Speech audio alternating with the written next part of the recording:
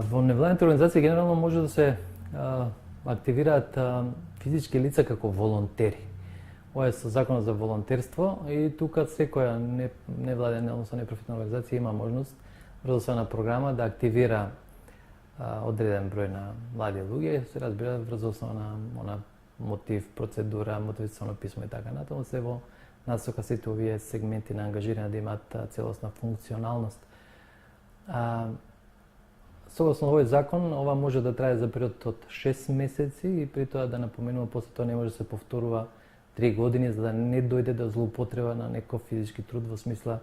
скриен работен однос. Така да нова треба да внимават и непрофитните организации, значи активирање и повремено, да кажам, циркулација на млади луѓе кои што сакаат да работат за доброто на општеството. Пораката е да се даде уште поширока правна основа и да се дозволи